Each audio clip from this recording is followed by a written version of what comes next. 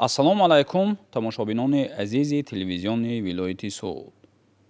ин лаҳза ба таваҷҷӯҳи шумо барномаи фирдавсӣ ва шоҳномаи ӯ пешкаш карда мешавад. Ва мавзӯе ки мо баррасӣ мекунем шоҳнома ва адабиёти миллӣ мебошад. Агар дар хотир дошта бошед, дафъаи гузашта мо таъсири шоҳнома дар адабиёти ҷаҳонро бо меҳмони барнома, яке аз меҳмонони доимии барномаи фирдавсӣ ва шоҳномаи ӯ, устод Нуралӣ Нурзод, устоди донишгоҳи давлати Хуҷанд, доктори илмҳои филология, профессор баррасӣ карда будем. Ва имрӯз низ қарор додем акнун таъсири шоҳнома ба адабиёти миллӣ, ё ин ки шоҳнома ва адабиёти миллиро низ камтар шарҳ диҳем, то ин ки тамошобинони азиз, то ин ки шумо мухлисони барнома яъне дарк карда бошед, мафҳуме пайдо карда бошед ки ана ҳамин асари бузурги Абулқосим Фирдавсӣ ба рушди адабиёти миллии худи мо, ба рушди адабиёти миллии тоҷик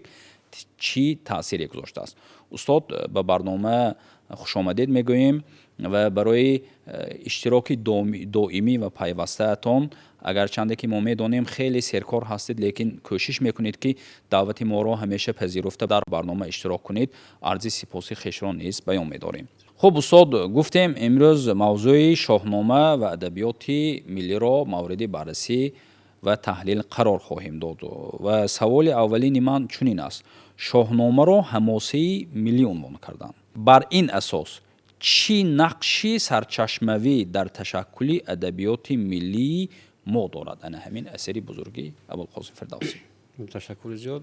қабл аз он ки ба ин мавзӯъ руҷӯъ кунем, як нуктаи бисёр муҳимро мехоҳам таъкид кунам. Инҷо чунон ки шумо ҳам ишорат кардед, воқеан ҳамин тақдими шоҳнома ба мардум ва баргузории озмуни шоҳномахонӣ ки аллакай даври дуюмаш сифарӣ шуд, маълум кард ки мардум хеле таваҷҷӯҳ пайдо карда истоданд ба хондани шоҳнома, ба масъалаҳо. Ман бо тариқи ин суҳбатҳое ки дар барнома мекунем, масалан ҳамарӯза вақте дар гашту гузор дар масалан хиёбонҳо, дар ҳатто бозорҳо мардум суол мекунанд, масалан баъзе масъалаҳое ки ин чӣ шуда аст, масалан барои чӣ ин хел шуд, маълум аст ки яъне ҳамин аз хонда аст, ҳамин таваҷҷӯҳ аст, яъне онҳо шоҳномаи хонда истоданд.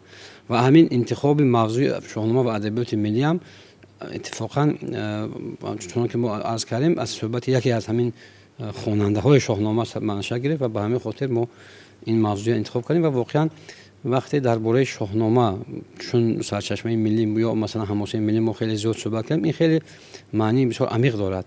Агар аз назари аввал ғояи масалан миллии шоҳнома ки худи Фирдавсӣ мегӯяд ки басе ранҷ бурдам дар ин солси аҷам зинда кардам ба ин порси, аз ҳамин ҷо маншаъ гирад, яъне ҳадаф ва ғояи асосии шоҳнома эҳёи таърихи кӯҳани миллӣ бошад ва ба ҳамин хотир ҳамосаи миллӣ инвон гирифта бошад. Баъдан ин замоне ҳаст ки худи Фирдавсӣ мехост, ҳадафи Фирдавсӣ мехост. Аммо баъд аз Фирдавсӣ ин равнақ, ин таъсир ва ин шукӯҳу шаҳомати миллияти шоҳнома хеле авҷ гирифт. Бибинед, мо дар адабиёти баъдии худ мо чандин навъи достон пайдо шуд. Масалан албатта баъд аз хамсаи низомӣ масалан хамсаҳо пайдо шуданд. ва аммо масалан муҳаққиқон достонҳои кӯҳани моро, достонҳои ҳамосии моро ба навъҳои масалан достонҳои ишқи романтикӣ, достонҳои қаҳрамонӣ ё паҳлавонӣ ки албатта маншаи асосии инҳо ҳам шоҳнома аст, достонҳои ахлоқӣ масалан намунаҳои бардошта дорад, тасниф карданд. бибинед ки онҳо достонҳои ҷудогона ҳастанд. аммо оғози ҳамин достонҳо дар як масалан маҳвата ё дар вусъати як достон ё ҳамосаи миллии шоҳнома тамоми навъи ҳамин достонҳо ғунҷош ёфтааст. Яъне ин достонҳо дар асл аз шоҳнома берун омаданд. Мана мо масалан бибинед, агар бахши муҳими достонҳои моро достонҳои ахлоқӣ фаро гирифта бошанд, мо вақте ба ҳамон достони бузургмеҳр ва анӯшервон ки дар шоҳнома ҳаст, масалан ҳафт базми хирад ва озодагӣ унвон карданд, ҳафт базми масалан анӯшервон ки дар он масалан ҳафт масъала баррасӣ мешавад. ва ба андозае мо метавонем гӯем ки заминаи асосии ба вуҷуд омадани достонҳои ахлоқӣ аст. Албатта достонҳои ҳамосӣ дар осори кӯҳани мо буданд. ҳаким Фирдавсӣ ҳам достонҳои ба ин шакли худашро бар асоси осори кӯҳан гирифта, чун сарчашмаи асоси шоҳнома мо медонем ки аз қадим маншаъ мегирад. Масалан достони вис ва ромине ки масалан Фахруддини Гургонӣ навиштааст, маншаъаш аз сарчашмаҳои портии достонҳои ашконӣ аст. Аммо با این شکلی که در ادبیات تاجیکی ما در ادبیات فارسی تاجیکی نفوذ پیدا کردن، تکمیل یافتن این داستان‌ها منشأ اساسی شاهنامه است. چون همه اون داستان‌های کهنه فردوسی به یک جمع خود فراهم کرد. اگر مثلا از داستان‌های اخلاقی، از داستان‌های بزرگمهر و انوشیروان، از بزم خردی انوشیروان منشأ گیرند. اونجا داستان 12 رخام هست با مثلا چندین داستان‌های دیگر که جنبه تفسیری اخلاقی آنها خیلی قوی است. مثلا بعدا داستان بهروز و بهرام بینایی اگر مثلا یکی از نمونه‌های آنها باشد، همین یعنی طرح همین داستان‌ها در ادبیات ما از شاهنامه منشأ می‌گیرد. یا مثلا معمول ترین داستان‌های ما داستان‌های عشقی رمانتیک هستند. مثلا لیلی و مجنون، انا بعد خسرو و شیرین، یا مثلا بعد فرهاد و شیرین. و حتی همین داستان‌های فرهاد و شیرین هم در اصل اصلا چون که منشأ اساسی آنها مثلا خسروی انوشیروان مثلا پادشاه ساسانی هست، از شاهنامه فردوسی سرچشمه می‌گیرد. لیکن به شکل کاملی داستان‌های عشقی رمانتیکی مثلا داستان بیژن و منیژه است در شاهنامه که حتی این داستان هم عنصرهای مانندش با داستان یوسف و زلیخا زیاد است. مثلا هم بچه‌ها افتادن یوسف در مثلا داستان بیژن و منیژه هم همین بچه‌ها افتادن بیژن هست. مثلا اینجا نکته هست و این البته یک تحقیق گسترده میخواد. اما نکته اساسی این است که همین داستان‌ها شکل و طرح و غایه همین داستان در شاهنامه هستند. و یا مثلا ما می‌گذاریم به داستان‌های تاریخی، مثلا داستان‌های در مورد بهروز و بهرام یا مثلا بهرام گور، یا مثلا داستان اسکندر، خود مثلا اسکندر یا خود خسروی انوشیروان که ما گفتیم. مجموع این داستان‌ها در بخش تاریخی شاهنامه ذکر شدن با شکل و شیوه مختلف. و اما مثلا بعداً دیگر سخنوران داستانسرای ما از همینا داستان‌های مستقل ایجاد کردند و این از اون درک می‌دهد که واقعاً هنر شاعری فردوسی بسیار برجسته و بزرگ است که در این یک داستان حماسی ملی ما مجموعی با ورود این شکل و شیوه داستان نویسی مجموعی مسئله های فراهم آورد. اونجا مثلا مسئله های اخلاق هست، حکمت است، اندیشه است، فلسفه است و عرفان حتی هست. مثلا من میرسیم به داستان‌های عرفانی، داستان منطقه‌های مثلا عطار که سفر سیمرغ را به 7 شهر عشق میگه فرا میگیرد. طرح این داستان همون 7 خان رستم است. طرح یعنی ما اگر از نظر هنری ادبی، از نظر هنری ایجاد، از نظر به اصطلاح ساختار کمپوزیسیون میگن بگیریم، بسیار مانند است. و قدرعملی سرامی یک محقق بسیار ورزیده در مورد یک کتاب دارد با نام از رنگ گل تا رنج خار. اونجا بسیار تحقیق می‌کنه و بسیار مسئله هایی که در ادبیات عرفانی ما شکل گرفتن و میگه که این ریشه هاش در شاهنامه است. خود فردوسی هم میگه که از اون گریه که برخورد با خرد دیگر از راه رمز معنی برد. لکن یک مسئله این است که مقام فردوسی در ایجاد این حماسه ملی به حد مثلا بزرگ است که خیلی از این ریشه ها، خیلی از این رشته ها در ادبیات ما پیدا شد. ببینید هنوز خودش در همین 60,000 بیت، خیلی ما بپذیریم که شاید بعضی ها الحاقی هستن، تکرار هستن، بیشتر از 50,000 بیت ایجاد کردن. در برابر اینکه باید مسئولیت داشت که باید همین تاریخ عجم زنده کنند، یک هنری بلند سخنوری طلب میکنند. اینا مثلا هنوز از روزگار خود فردوسی درباره بعضی از همین نجابت ها و نبوغ شاعرانگی او مثلا در بهترین تذکره ها در آثار ادبی ما نقل ها است. من فقط به یک تاش رجوع میکنم که وقتی حتی همین فردوسی، همین شاهنامه مثلا سلطان محمود نپذیرفت برای آنکه فردوسی را امتحان کند، ما می‌دونیم که در نقل بسیار معروف است که شاعرای دربار خودش مثلا عنصری و فرخی اسجدی دستور داد که فردوسی امتحان کنید و یعنی گویا به همین راه ملزم کنید. یعنی وقتی میگن مثلا جامعه هم در بهارستان و زندگی محمود واسفیان در بدرالبخل نقل میکنن، در بسیار سرچشمه نقل میکنن که وقتی میگن همون در باغی مثلا سلطان محمود بود، مثلا دیدن این عنصری و فرخی اصلا دیدن که یک شخص ناشناسی می آید و پی بردن که فردوسی است. بعد وقتی رسیدن گفتن که هر اون نفر میتواند حق دارد بر این حلقه ما پیوندد که با شعری که ما میگوییم من پاسخ گوید.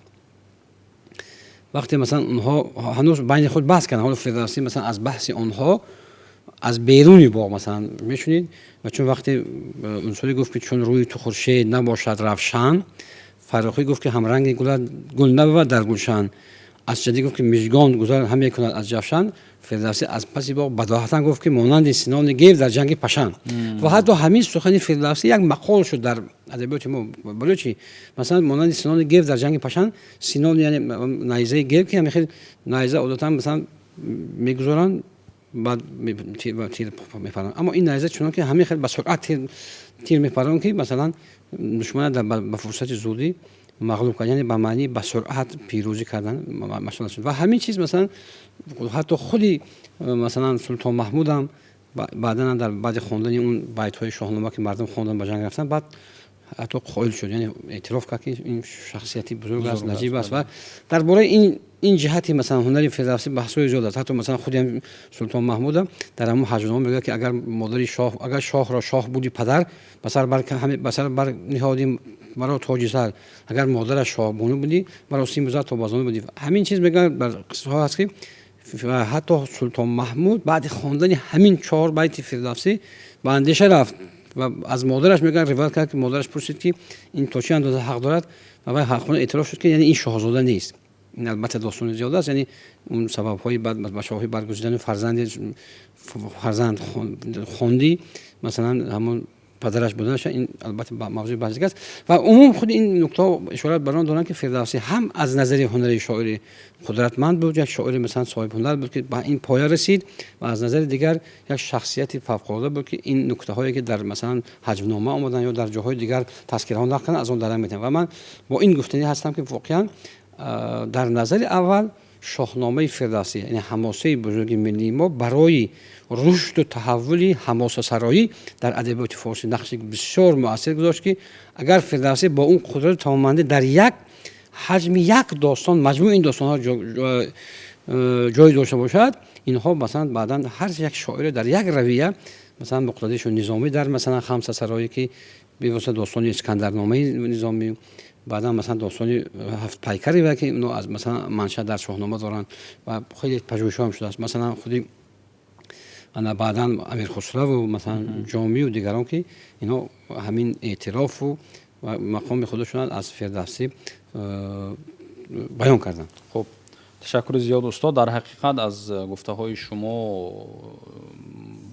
پی بردن ممکن است که تا کدام درجه شاهنامه ابوالقاسم فردوسی یعنی اثری بزرگ است در حقیقت در رشد نه تنها مثلا ادبیات ملی، گفتیم در ادبیات جهان و ادبیات ملی خیلی تاثیر گذاشته است که بار دیگر ما دیده میتوانیم و خلاصه برآورده میتوانیم که شاهنامه فردوسی که میراث بزرگ اجدادان ما است و این فخر ما است، تا این درجه یک اثری بزرگ است که تا امروز زنده است، تا امروز مردم اون را میخوانند. وقتی که مصرع های شاهنامه را قرائت میکنید میخوانید فکر میکنید که روزی گذشته همین اثر ایجاد شده است، یعنی همین خیل هم به زمان ما نیز مطابق است. خب سوال دیگری من چنین است به شما، شاهنامه همچون حماسه برای رشد و تحول داستانسرایی نقش مهم کسب کرده است که ما این را میدونیم. آیا میتوان گفت که برای دیگر انواع شعری نیز او تاثیرگذار است؟ واقعا خیلی به مورد تاکید داشتید، چون که ما در یک صحبت قبلی هم گفته بودیم که چند بیت های هست که از نام فردوسی گفتند، البته شاید بیت های الحاقی و بعضی ها بر این نظرند که این بیت ها در هجونامه متن هجونامه فردوسی به سلطان محمود گفته شدند که مثلا که یک نیمه از عمر خود کم کنم جهان پر از نام رستم کنم، یا مثلا جای دیگر میگه که رستم یلی بود در سیستان منش کردم رستمی داستان. یعنی منظور این است که واقعا اگر هرچی مثلا شاید از خود فردوسی هستن یا این واقعیت هست، چون یکی از هدف‌های اساسی انشای شاهنامه ایجاد همین صورت و سیرت پهلوانان یعنی جوانمردان اصیل است. و این فردوسی با ایجاد مثلا حتی یک ابراز رستم میتوان گفت که در ادبیات ما چند شاخه دیگری ادبیات رو بر پایه مثلا مضمون محتوا و غایه ایجاد کرد. یعنی یک اصطلاح هست در ادبیات و کتاب ها هم نوشتن با نام ادبیات پهلوانی. یعنی ادبیات پهلوانی که بیشتر ترغیب جسارت میکنن. ما در ادبیات گذشته ما مثلا ادبیات فتوت داریم، جوانمردی، مثلا سمک عیار و همین داستان ها اگر ما ضمناً از نظر تحقیقی قیاسی ببینیم، همین غایه های مثلا جوانمردی، غایه های وطن دوستی، همین غایه های پهلوانی منشأ از شاهنامه فردوسی است. یعنی شاهنامه فردوسی اساس ادبیات پهلوانی ما گذاشت. بعد از آن مثلا ببین ادبیات عرفانی هم من گفتم که یعنی البته ریشه های ادبیات عرفانی ما که اساسش مثلا مبارزه با نفس و مثلا با سرکشی از نفس و خانه بودن و فروتنی است. ببینید مثلا سر رودکی هم با دادا قناعت کنه، با داد بزی در بند تکلف مشه وازم یا گر بر سر نفس خود امیری مردی، بر کور کرم دکتر نگیری مردی. انا کنه همین غایه ها را فردوسی در صورت مثلا خرد ورزیدن، نیکی کردن. ببینید ما در این مثلا هم مثال زیاد داریم. در بیشتر سرچشمه ها نقل میشه که مثلا احمد غزالی برادر امام غزالی که از جمله پیروان و پیشروان ادبیات عرفانی ما هست، چندین تالیفات داره، مثلا سوانح و رساله های عشق و خودش میگه که بیشتر از 40 اثر نوشته است و همون میگه که من یکی از نمایندگان برجسته ادبیات عرفانی ما میگه که من 40 سال مثلا تالیف کردم، 40 سال مثلا رسم و ریاضت و عبادت اجرا کردم و دیدم که تمام گفته های من فردوسی در 2 بیت جمع بست کرده گفته است. این کدام بیت است؟ بر روزی گذر کردن اندیشه کن، پرستیدنی دادگر پیشه کن، و نیکی گرای و میازار کس، راه رستگاری همین است و بس. و از همین 4 بیت از نگاه دیگر هم ببینید فردوسی بسیار با یک شایستگی اینجا در مورد اخلاق ملی ما سخن میگه. اینجا سخن درباره اخلاق ملی میرود. یعنی اساسش چی است؟ همین که یعنی پرستیدن دادگر و میازار کس، آزار کردن کس، یعنی راه رستگاری همین است بس. راه رستگاری مثلا بنیکی گرای و میازار مثلا کس، راه رستگاری همین است بس. همین دو چیز اصل است. این دو چیز عنصر اساسی اخلاق ملی ما همون گفتار نیک و پندار نیک و پندار نیک، گفتار نیک، رفتار نیک. و ببینید که در اینجا مثلا اگر ما ادبیات اخلاقی هم از این زاویه ها رجوع کنیم، واقعا فردوسی با ستودن نیکی، با توصیف و تمجید خرد و بعدا مثلا محبت به وطن، یعنی یک چیز بسیار مهم است. مثلا ادبیات ما مثلا در دوره استقلال ملی واقعا یک ادبیات وطن دوستانه، یک ادبیات ترنمگری وطن و حتی یک اصطلاح وطن ستایی در ادبیات شکل گرفت. من به نظر من سرآغاز همین ادبیات وطن ستایی ما این قصیده بوی جوی مولون استاد رودکی است. من در چند صحبتام گفتم به خاطر که ببینید که مثلا رودکی و این قصیده با اون خاطر گفت که وقتی امیر بخارا به هرات رفت، مدت مفتون طبیعتی هرات شد و بخارا رو فراموش کرد، زادگاه و زادبوم جای اصلی خود رو. بعدا مقربان او گفتن که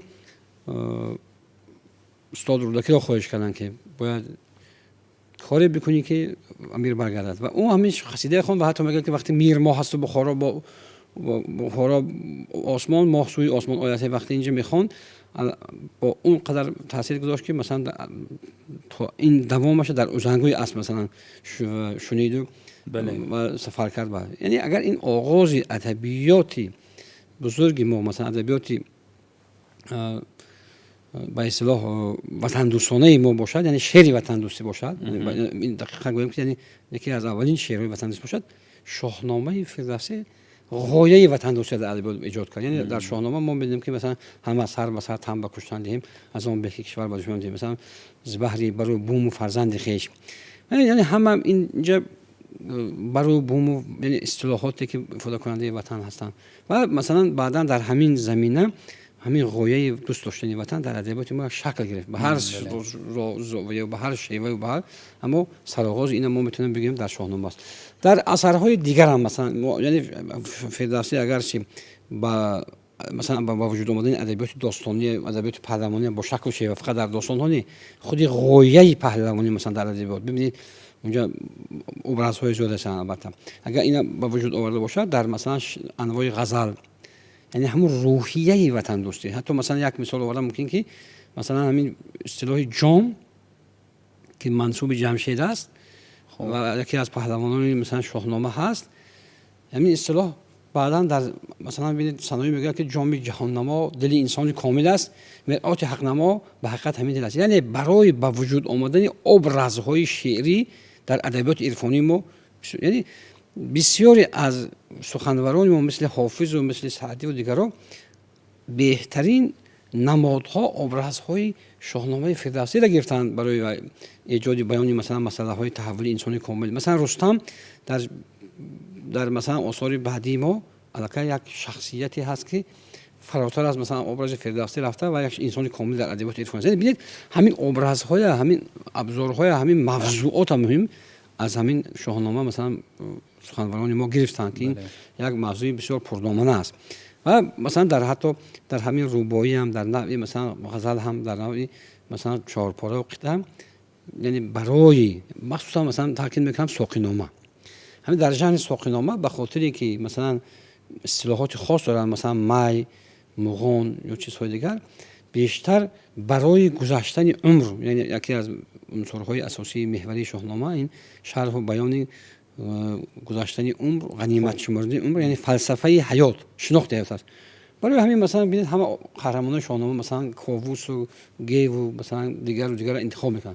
یعنی این ابرازها در ساقینامه های ما سراپا موجودند، سراپا مثلا به عنوان عنصرهای یاور و کمک رسان بیان مطلب های عرفانی هستند. من فکر میکنم که حکیم فردوسی در برابر استاد رودکی، اگر استاد رودکی بنیاد ادبیات ملی ما رو گذاشتن، در برابر استاد رودکی برای رشد ادبیات ملی خدمت بزرگ کردن. یعنی این خدمت بعداً مثلا رونما شد که اگر از یک زاویه برای تحولات حماسه سرایی خدمت کنن، از نظر دیگر برای غنای معنوی ادبیات ما، یعنی ورود موضوعهای بسیار مهم روزمره که بسیار بر زندگی تمام انسان ها ضرورن، مثل وطن دوستی، مثل جسارت، مثل جوانمردی، که حتی ببینید همین ها یک شکل و یک نوع ادبی ایجاد کردن.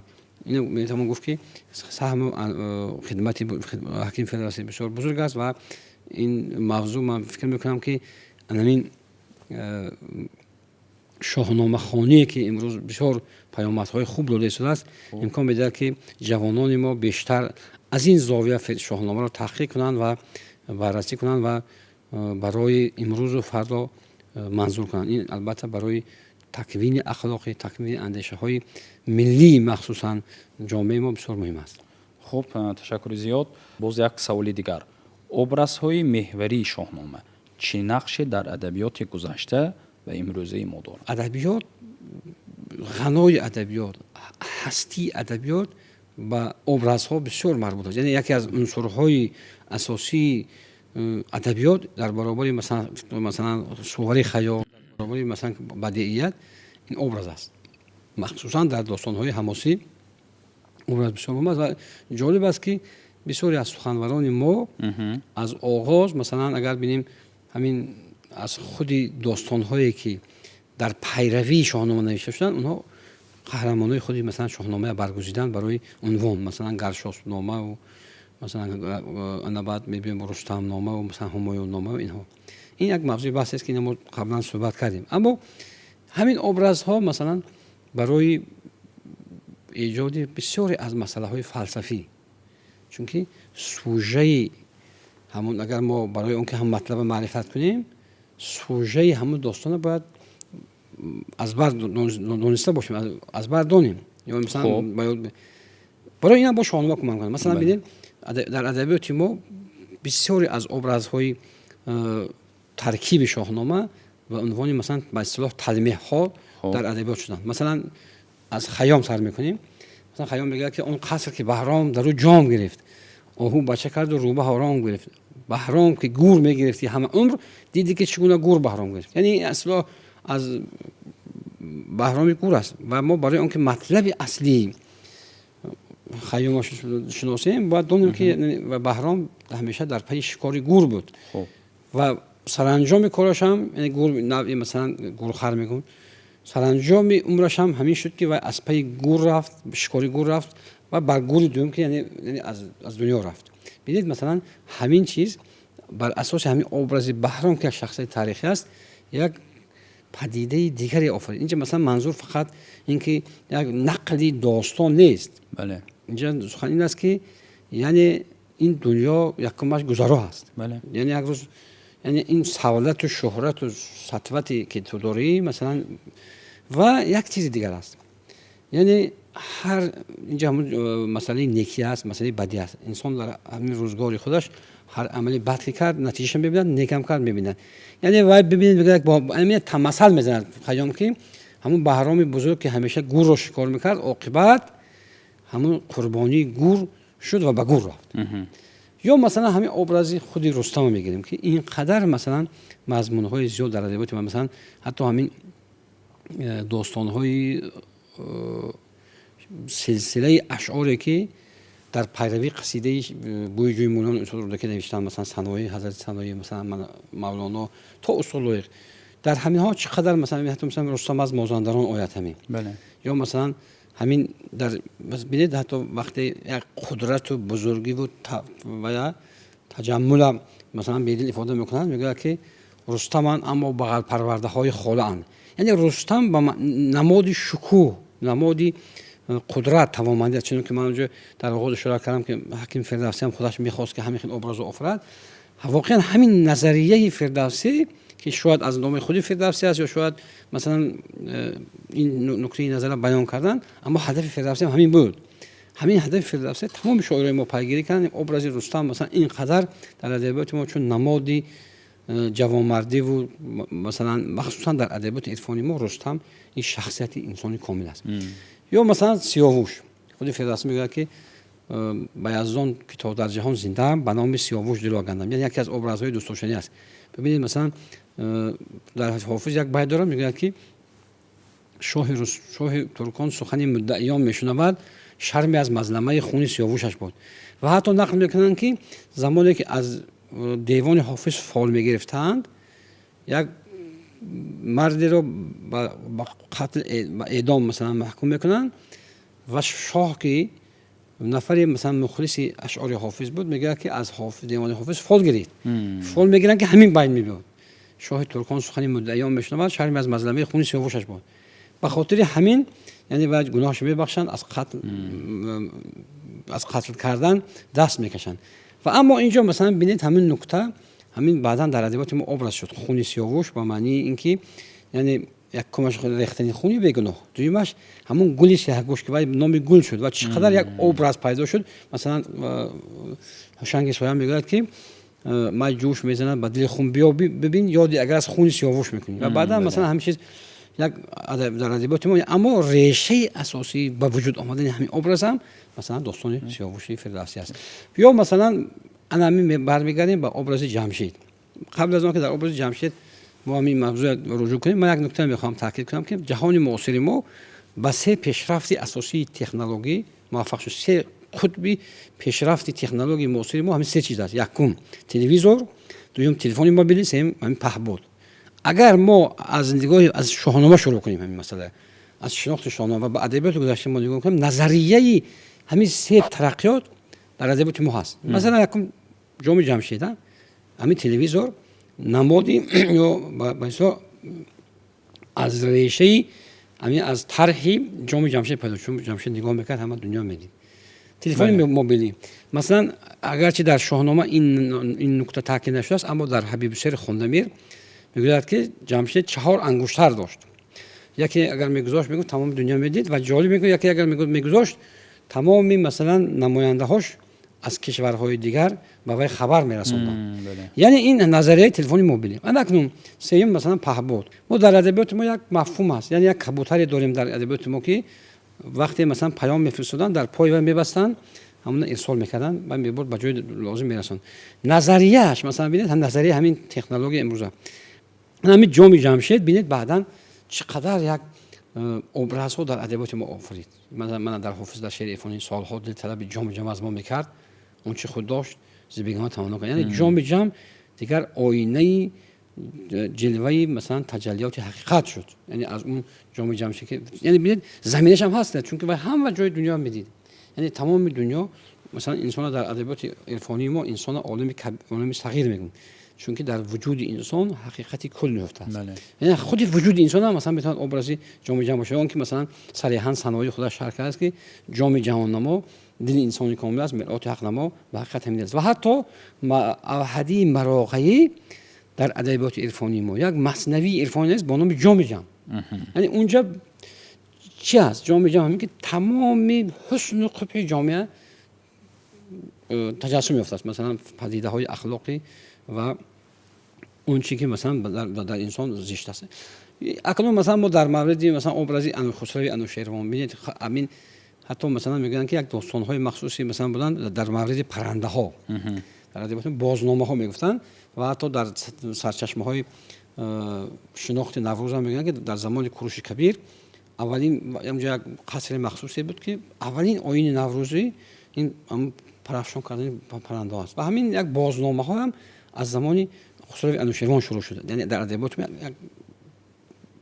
بعدا مثلا داستان منطقه تر، یعنی داستان ها درباره پرندگان، چون همین ابرازی پرنده ها در شاهنامه یا مثلا همین زمینه های پیدایشی ابرازی مثلا سیمرغ در ادبیات عرفانی ما، همین سیمرغی که در شاهنامه است مثلا و کمک میکند. ببینید همین چیزها بسیار ابرازهای بسیار مهمه هم در ادبیات عرفانی ما آفریدن، هم در ادبیات کلی که ریشه اساسیش مثلا تحول غایه های معنوی است. یعنی همین ادبیات ما، ادبیات ملی ما که همیشه هدفش تکمیل و تجدید اخلاق و ادب بود، خدمت بزرگ فردوسی همین بود که همین در برابر اینکه همون غایه های اساسی مثلا حماسیت نقل کرد، انا همین از چند جهت همین نظریه های بسیار مهم، همین غایه های اخلاقی در همین شاهنامه وارد کرد که در حماسه های ملی دیگر دیده نمیشه. این البته ما گفتیم که مثلا ژول مول اینا اعتراف کرد که یعنی یکی از افضلیت های شاهنامه همین است که در برابر نقل داستان ها همین نظریات اخلاقی، اندیشه های حکمی و برای همین فردوسی مثلا حکیم میگویند همین چیزها در شاهنامه گنجایش داد که باعث نفوذ و وسعت شعر کلاسیکی ما گردید. ما امیدوار هستیم که برای امروز روزگار ما مخصوصا غایه های مقدم و غایه های پیش قدم شاهنامه فردوسی مثل وطن دوستی، مثل جوانمردی، مثل عدل و دانش و خرد ورزی، نیکوکاری میتوانند خدمت گذار باشند و برای رشد معنویات جامعه ما تأثیر مطلوب گذارند. خب تشکر زیاد استاد برای یک صحبتی خیلی صمیمانه وابسته به موضوع امروزی برنامه که شاهنامه و ادبیات ملی بود و در حقیقت در یک صحبت کوتاه تا قدر برای تماشابینان عزیز ما فهمانیده داده توانستید که تا کدام درجه شاهنامه ابوالقاسم فردوسی بر رشد ادبیات ملی ما تاثیر خود را رسانیده است. بینندگان عزیز، مهمان امروزی برنامه ما بودند دکتر علم‌های فیلولوژی پروفسور استاد دانشگاه دولتی خوجند نورعلی نورزاد. استاد برای اشتراکتان بار دیگر عرض سپاس خویش را بیان می‌داریم. در همین جا برنامه امروزی فردوسی و شاهنامه او به آخر می‌رسد. تا برنامه‌های آینده صحتمند و سلامت باشید. خیر.